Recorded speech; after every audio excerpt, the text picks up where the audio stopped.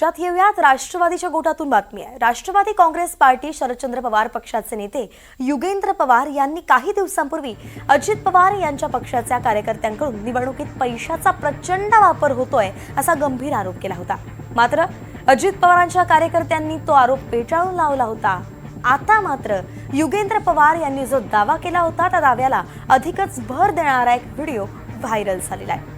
अपक्ष नगराध्यक्षपदाचे उमेदवार मोहसिन पठाण यांनी आता राष्ट्रवादी काँग्रेस पार्टी अजित पवार पक्षाचे शहराध्यक्ष जय पाटलांचा पैशाच्या बॅगेसह पैसे मोजतानाचा एक व्हिडिओ समोर आणलाय।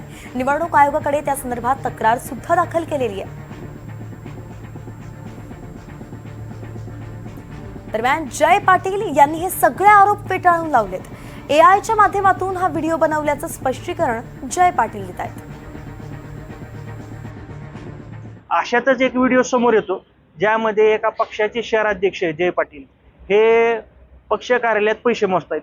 आता ठीक आहे, ते बिल्डर आहेत किंवा त्यांचे मोठे मोठे कामं चालतात, मग निवडणूक काळात एवढे पैसे मोजायचे कारण काय?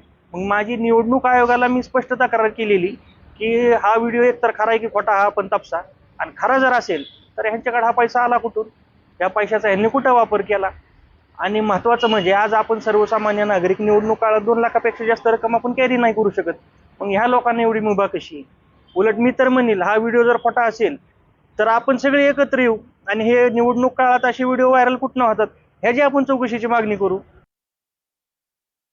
तो व्हिडिओ मॉर्फ केलेला आहे, एआय टेक्नॉलॉजीच्या माध्यमातून तो खोटा व्हिडिओ तयार केलेला आहे, बनावट व्हिडिओ आहे। या संदर्भात मी बारामती तालुका पोलीस स्टेशन शहर पोलीस स्टेशनला तक्रार दाखल केली आहे आणि त्याच्यामध्ये गुन्हा दाखल होण्याची शक्यता आहे। गुन्हा दाखल होईल, पोलीस त्याच्यामध्ये तपास करतील। तो व्हिडिओ फॉरेन्सिकला देखील पाठवलेला आहे आणि तो खोटा व्हिडिओ आहे।